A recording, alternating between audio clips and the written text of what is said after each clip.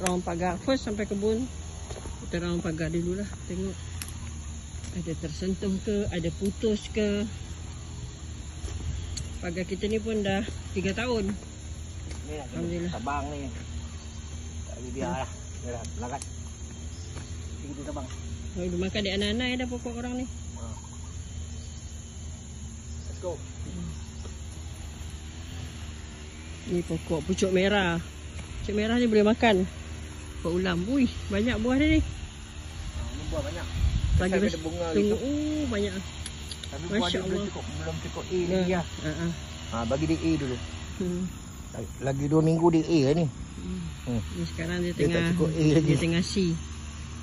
Lagi dia besar. Bagi dia A sikit baru kita ambil. Kita perlukan baju je. Kita jalan. Ni limau Mandarin. Limau Mandarin. Limau Mandarin apa? Memang Kabonden. Limau manis Kabonden. Dia pun sama. Sedap dapat nama. Dia pun sama 7 pokok. Nah, dia dah besar dah bang. Nak biarkan 2 pokok ni Dia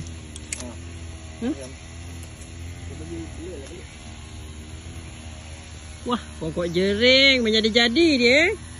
Taklah kau dokot tangkai jering.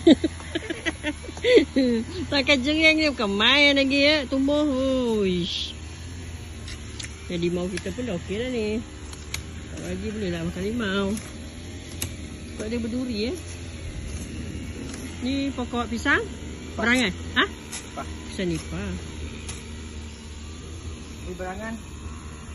Ni dah 1 minit lebih dah. 1 minit 40 saat. Kalau nak buat panjang landscape. Tak apa, ni buat yang ni sekejap je. Lepas tu ni Kalau nak panjang. round